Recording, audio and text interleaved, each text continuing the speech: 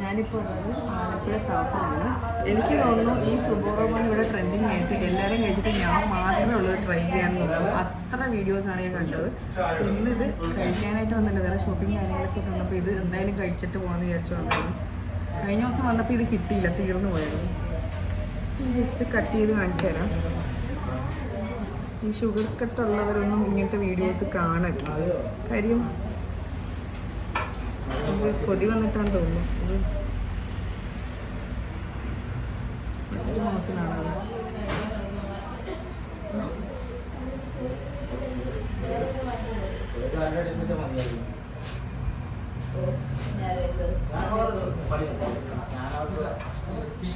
എനിക്ക് മധുരം കറക്റ്റാണ്, എല്ലാവർക്കും പറ്റുന്നതല്ല.